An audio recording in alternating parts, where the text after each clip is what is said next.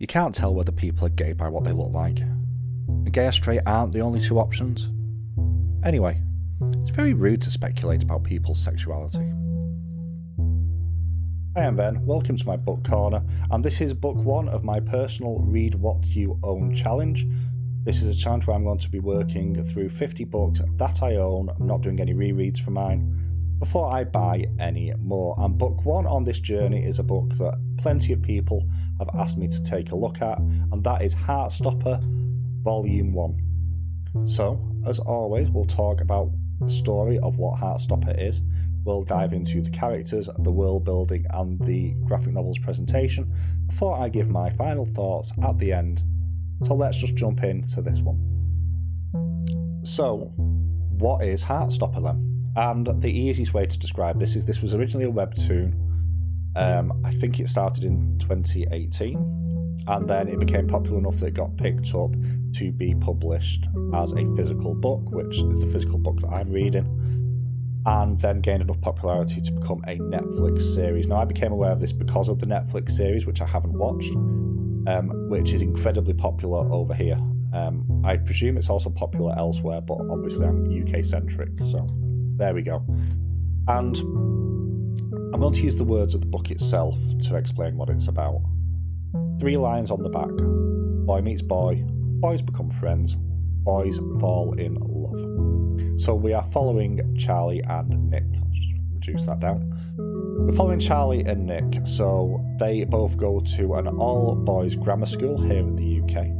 Charlie is in year 10 and Nick is in year 11. So for people who are not UK native, year 10 ranges from 14 to 15 years old, year 11 is 15 to 16 years old.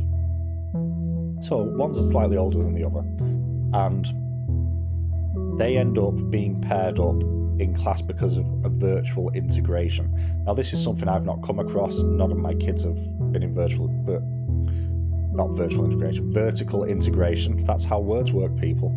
And this is where they mix up people from different age groups and pair them up for different lessons. Again, not something I've come across in the past.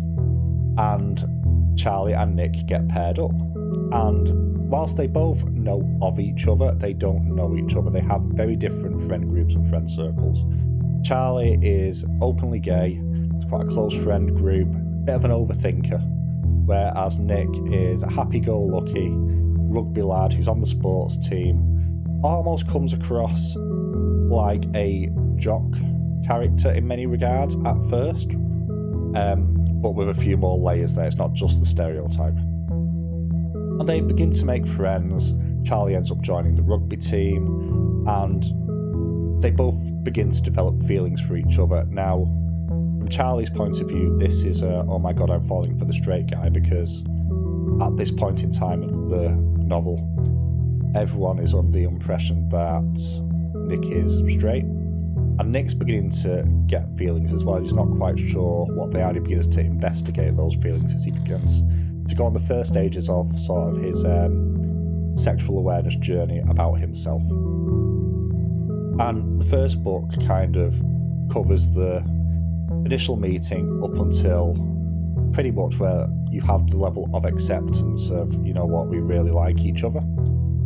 And it's really, really wholesome. It's incredibly well paced. It's really sweet seeing these two people who have their own interpretations of what each other are like and what their preferences are, and how that may not be accurate as they begin to discover stuff. And you also get the self-doubt as well. It's like, well, am I? Is this what I want? Is this how I feel? And this is just the story of that journey. So this is very much character-centric, and it's just, from the story point of view, it's just such a wholesome read in general.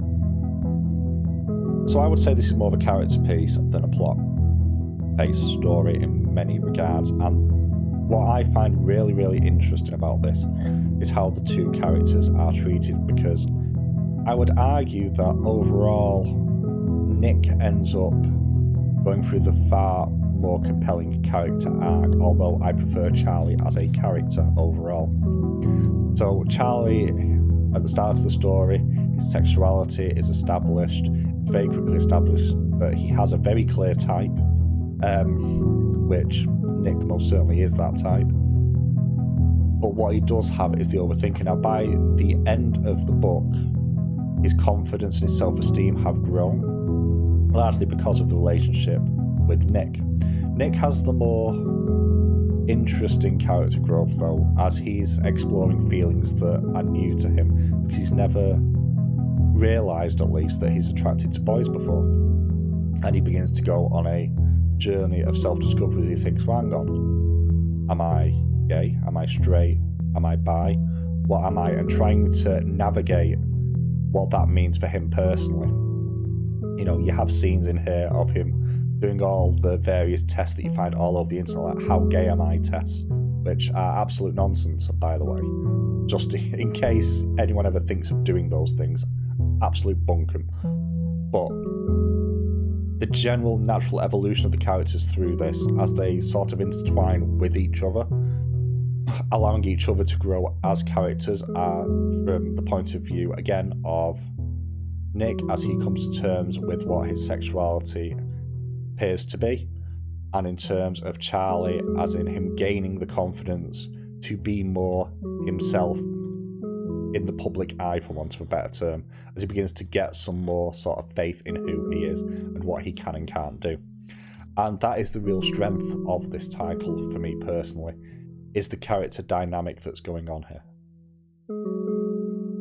The setting is well rounded here, and the world building, whilst very much a backdrop, there is enough here to add to the vibe of the story that's being told. The key thing for me with this entire book is about the vibe that's going on, and everything kind of reinforces that. This is very much shown as just being two normal people going about their normal days in their normal lives in a relatively normal situation. You know, everyone's situation is slightly different, be that from family, location, so on and so forth, but this does ooze the sense of normal, everyday people dealing with normal, everyday things, and I really do like that. I also like the fact that it highlights the use, and I would argue the danger, of the internet and social media. You know, again, I come back to the point where Nick is beginning to not so much doubt his sexuality, but become more aware of what it is. And the first thing he does is go Google, and starts looking up, like, am I this, am I this, am I this? And you get all these various different search results back of, take this test, find out. And how easy it is to go down that rabbit hole as well to try and find stuff, because whilst the internet is a wonderful thing, the danger of the internet is just because you ask a question doesn't mean you're going to get an accurate answer back, especially with something subjective like the situation is here. So overall, I like the setting. I like the world building that goes on. It helps that this is a graphic novel as well, because that does a lot of informing you as a consumer of this, what the place looks like. You don't have to rely on the written word as much and your own imagination, because you have the pictures to help guide you as well. So that helps it as well in terms of world building and setting. But very much that does take backseat to the character work that's going on. That fetches us to presentation then, and there's a few things that I really like in this title. First of all, the way that the dialogue is written is really well done. I am lucky, I suppose is the right word, enough to live and work in a position where I come into contact with lots of kids that are teenagers, and I've heard similar conversations going on. Now, granted, this is a bit more sanitized. There's a lot more cussing that you hear on a day-to-day basis, but overall it feels authentic and well done and well thought out.